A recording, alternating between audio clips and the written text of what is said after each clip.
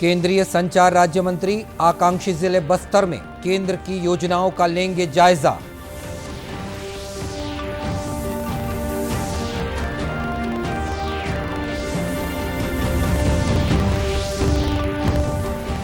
केंद्रीय राज्य मंत्री सूक्ष्म लघु और मध्यम उद्यम मंत्रालय विभागीय कामकाज की समीक्षा के लिए रायपुर पहुंचे।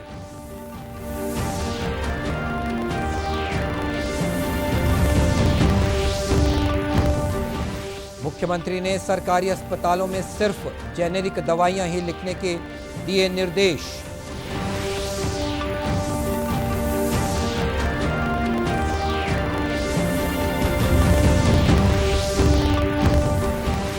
और बीजापुर जिले के दरभा इलाके में माओवादी हमले में 4 जवान घायल।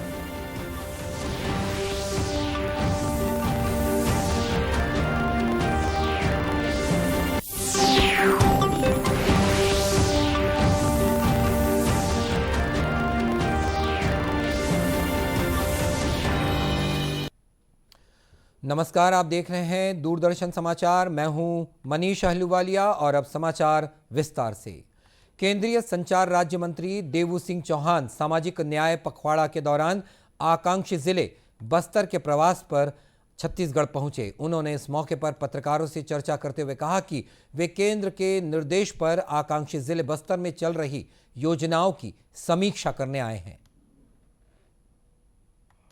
कि पूरे भारत में कुछ राज्य विकसित हैं और कुछ जिला भी विकसित हैं, लेकिन अभी भी कुछ राज्य अविकसित हैं, अभी भी कुछ जिला अविकसित हैं। उसके लिए एक योजना बनी, नीति आयोग ने ये योजना बनाई कि भारत के 118 जिला, पहले तो 112 था, बाद में चिन्हित करके 118 जिले को आकांक्षी जिला घोषित किया। तो आकांक्षी जिलाओं के लिए एक विशेष योजना बने।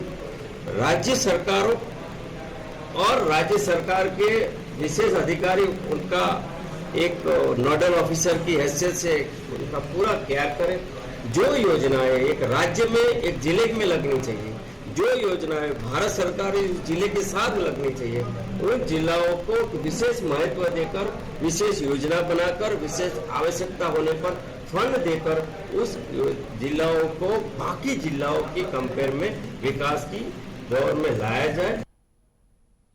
गौरतलब है कि आगामी 20 अप्रैल तक सामाजिक न्याय पखवाड़े के दौरान केंद्रीय मंत्रिमंडल के सदस्य 2 आकांक्षी जिलों का दौरा करेंगे। राज्य मंत्री सूक्ष्म लघु और मध्यम उद्यम मंत्रालय भानु प्रताप सिंह वर्मा आज सुबह राज्य के दौरे पर रायपुर एयरपोर्ट पहुंचे, जहां बीजेपी के वरिष्ठ नेताओं ने पुष्पगुच्छ भेंट कर उनका आत्मीय स्वागत किया। इस मौके पर केंद्रीय मंत्री ने पत्रकारों को बताया कि वे विभागीय कामकाज की समीक्षा के सिलसिले में यहां आए हैं। कामकाज की समीक्षा तो सरकारों की होती रहती है, विशेष रूप से आकांक्षी जिले जो हैं उनमें जो अभी काम हो रहा है, इतने सालों से चल रहा है, उसमें कितना अच्छा है और आज क्या स्थिति है। बाद में केंद्रीय मंत्री भाजपा कार्यालय पहुंचे और पदाधिकारियों से मुलाकात की। इस दौरान उन्होंने पार्टी और संगठन को लेकर चर्चा भी की। यहां वे पार्टी के सामाजिक समरसता पखवाड़ा कार्यक्रम में भी शामिल होंगे। मुख्यमंत्री भूपेश बघेल ने आज रायपुर में नगरीय प्रशासन और विकास विभाग, पर्यावरण और आवास विभाग की समीक्षा बैठक की।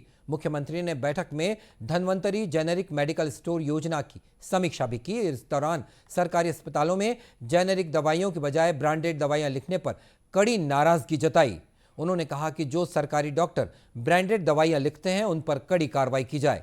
मुख्यमंत्री के निर्देश के बाद प्रमुख सचिव स्वास्थ्य ने सभी कलेक्टर्स और सीएमएचओ को निर्देश जारी करते हुए कहा है कि ये सुनिश्चित करें कि डॉक्टर्स सिर्फ जेनेरिक दवाइयां ही लिखें।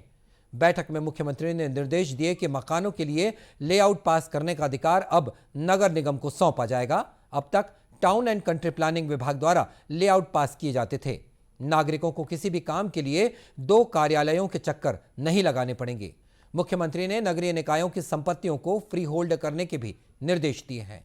बैठक में नगरीय प्रशासन मंत्री डॉक्टर शिव कुमार डहरिया ने मुख्यमंत्री से मुख्य नगर पालिका अधिकारी को राजपत्रित अधिकारी घोषित करने की मांग की थी, जिस पर मुख्यमंत्री ने अपनी सहमति प्रदान कर दी है। रायपुर के सांसद सुनील सोनी ने कहा है कि कोरोना काल में अर्थव्यवस्था को सुचारू रूप से चलाने के लिए केंद्र सरकार ने राज्यों को आर्थिक मदद दी है। उन्होंने रायपुर में पत्रकारों से चर्चा करते हुए कहा कि केंद्र ने छत्तीसगढ़ को लगभग 34,000 करोड़ रुपए वर्ष 2019-20 के दौरान दिए, जो राज्य की कुल आय का 53% है। इसी तरह वर्ष 2020-21 में केंद्र सरकार ने राज्य को लगभग 38,000 करोड़ रुपए दिए। वर्ष 2021-22 में लगभग 44,000 करोड़ और आने वाले वर्ष के लिए केंद्र से 44,573 करोड़ मिलना प्रस्तावित है। श्री सोनी ने कहा कि इतनी आर्थिक मदद के बाद भी केंद्र पर राज्य सरकार द्वारा मदद नहीं देने का आरोप लगाया जा रहा है, जो कि गलत है। श्री सोनी ने कहा कि राज्य सरकार ने 13,000 करोड़ एक्साइज ड्यूटी का लंबित होना भी बताया है। उन्होंने कहा कि यह किस वस्तु की एक्साइज ड्यूटी है, कृपया बताएं। श्री सोनी ने कहा कि केंद्र से मिलने वाले अनुदान में हर साल 9% की वृद्धि हो रही है और पहले से छत्तीसगढ़ राज्य को केंद्र से 178% राशि ज्यादा मिल रही है। बढ़ते हैं अगली खबर की तरफ। बीजापुर में माओवादियों के हमले में 4 जवान घायल हो गए हैं। माओवादियों ने कल रात सुरक्षा बलों के दरभा शिविर पर हमला किया।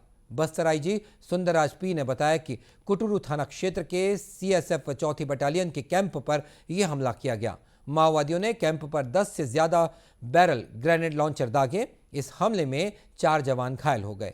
सुरक्षा बलों ने भी हमले का जवाब दिया और 1.5 घंटे तक गोलीबारी जारी रही। सुरक्षा बलों की जवाबी कार्रवाई में माओवादी जंगल में भाग गए। हमले में गंभीर रूप से घायल 2 जवानों को राजधानी रायपुर भेजा गया है, जबकि 2 अन्य जवानों का इलाज बीजापुर जिला अस्पताल में किया जा रहा है। रायपुर में घायल जवानों का इलाज कर रहे चिकित्सक ने बताया कि जवानों की स्थिति गंभीर है।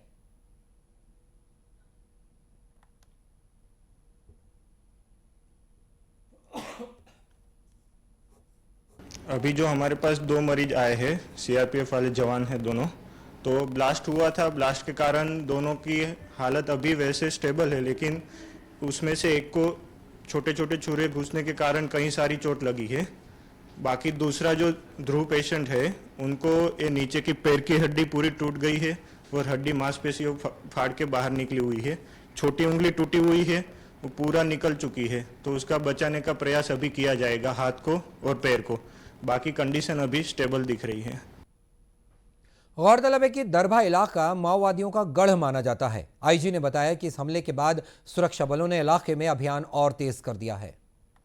आज विश्व धरोहर दिवस है। इस मौके पर भारतीय पुरातत्व सर्वेक्षण के रायपुर मंडल द्वारा विद्यार्थियों को पुरातात्विक धरोहर के संरक्षण के लिए प्रोत्साहित करने के उद्देश्य से जागरूकता कार्यक्रम आयोजित किया जा रहा है, जिसमें निबंध प्रतियोगिता, प्राचीन स्मारकों में स्वच्छता अभियान और सांस्कृतिक धरोहरों का भ्रमण जैसी गतिविधियां शामिल की गई।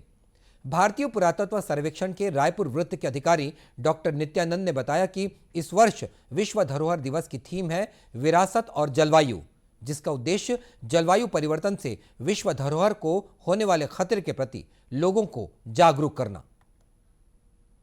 2022 का थीम है कि जलवायु और विरासत। जलवायु और विरासत जो हमारी है, जलवायु से किस प्रकार प्रभावित होती है, उसके बारे में इस बार जो है बल दिया गया है। रतनपुर चुना गया है क्योंकि इस यहाँ पे कभी वर्ल्ड हेरिटेज का एक्टिविटी नहीं हो पाई थी, तो इस बार हम लोग डिसीजन लिए हैं कि रतनपुर किला में ही इस बार विश्व धरोहर दिवस मनाई जाए। इसका प्राचीनता है कि कलचुरी राजा जो खास करके 11वीं शताब्दी में रतन देव ने इस किले का निर्माण किया, इसलिए इसकी महत्ता है। इस अवसर पर विद्यार्थियों को हेरिटेज वॉक के तहत रतनपुर किले के विभिन्न पहलुओं के बारे में जानकारी दी गई। साथ ही पुरातात्विक धरोहरों को संरक्षित करने के लिए स्वच्छता की अहमियत पर भी जोर दिया गया। आयुष्मान भारत पखवाड़े के तहत प्रदेश भर में अनेक कार्यक्रम आयोजित किए जा रहे हैं। इसके तहत दुर्ग जिले के ग्राम सेलूद में स्वास्थ्य मेले का आयोजन किया गया।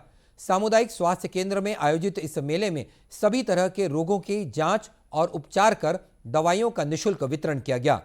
जिले के मुख्य चिकित्सा और स्वास्थ्य अधिकारी डॉक्टर जेपी मेश्राम ने बताया कि शिविर में लोगों के आयुष्मान कार्ड भी बनाए गए और साथ ही कोरोना टीकाकरण भी किया गया।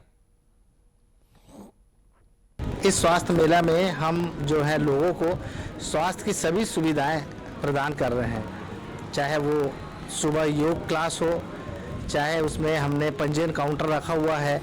उस पंजीयन काउंटर में लोग जो है बहुत बड़ी तादाद में यहाँ लोग आके उपचार करवा रहे हैं। अभी दोपहर को 300 से ज़्यादा लोग उपचार करवा चुके हैं। साथ में यहाँ पे टेली कंसल्टेशन भी हो रहा था। यदि किसी व्यक्ति को बीमारी है और वो यहाँ पे उसका इलाज संभव नहीं है तो जिला चिकित्सालय में हमारी टेली कंसल्टेशन की स्पेशलिस्ट की यूनिट बैठी हुई है, उनसे कंसल्ट करके यहाँ पे उनको उपचार किया जा रहा है। इस अवसर पर स्वास्थ्य योजनाओं की जानकारी से संबंधित पोस्टर्स भी लगाए गए थे। मेले में स्वास्थ्य कर्मियों द्वारा लोगों को संतुलित भोजन से संबंधित जानकारियां दी गई। वहीं स्कूली बच्चों के लिए भी स्वास्थ्य से संबंधित कार्यक्रमों का आयोजन किया गया। इस दौरान लोक कलाकारों द्वारा सांस्कृतिक प्रस्तुतियां भी दी गई। कोरिया जिले में समाधान तुहर द्वार इस कार्यक्रम के तहत गांव-गांव में जाकर खाद्य विभाग द्वारा राशन कार्ड बनाए जा रहे हैं। कलेक्टर कुलदीप शर्मा ने विभाग को प्राथमिकता के आधार पर तत्काल राशन कार्ड बनाने के निर्देश दिए हैं। जिला खाद्य अधिकारी वीएन शुक्ला ने बताया कि वन नेशन वन कार्ड के तहत लोगों को भोजन के अधिकार से जोड़ना है, जिसके लिए हर व्यक्ति के पास राशन कार्ड होना जरूरी है। उन्होंने बताया कि कोरिया जिले में भी झारखंड, उड़ीसा, बिहार और अन्य राज्यों के हितग्राही वन नेशन वन कार्ड का लाभ लेते हुए खाद्यान्न उठा रहे हैं। कोरिया जिले में 1,75,455 राशन कार्ड प्रचलन में है। राशन कार्ड निरंतर नियमित बनाए जा रहे हैं। अभी हमारे जिले में समाधान तुहर द्वार शिविर में भी आवेदन प्राप्त हुए थे, उसके तहत 1,014 राशन कार्ड बनाए जा चुके हैं और राशन कार्ड बनाने की सतत प्रक्रिया चालू है। One nation one card central server से जुड़ने के बाद शुरू हो गया है। इसमें पोर्टेबिलिटी की सुविधा मिल गई है। राशन कार्डधारी चाहे तो अपने संबंधित संलग्न दुकान या फिर किसी अन्य दुकान से भी खाद्यान्न प्राप्त कर सकता है। और श्री शुक्ला ने बताया कि मेरा राशन ऐप से लोगों को देश के किसी भी पीडीएस दुकान की जानकारी मिल सकेगी। राशन कार्ड बनवाने वाले अशोक पांडे ने बताया कि वन नेशन वन कार्ड योजना फायदेमंद साबित होगी। गरीबों को या आम लोगों को भी बहुत ही फायदा होगा। यदि कोई अपने प्रदेश से या जिले से अन्यत्र कहीं पर चले गए हैं तो वहाँ से भी राशन उपलब्ध उनको हो पाएगा। तो ये सरकार का, केंद्र सरकार का ही महत्वाकांक्षी योजना है, बहुत ही फायदा होगा। गौरतलब है कि केंद्र सरकार खाद्य समस्या से निपटने के लिए वन नेशन वन कार्ड की योजना को लेकर आई है। इसके तहत काम के लिए दूसरी जगहों पर जाने वाले लोगों को भी रियायती दरों पर खाद्यान्न उपलब्ध रहेंगे। और इस बुलेटिन में इतना ही। इसी के साथ ये समाचार बुलेटिन समाप्त हुआ। नमस्कार।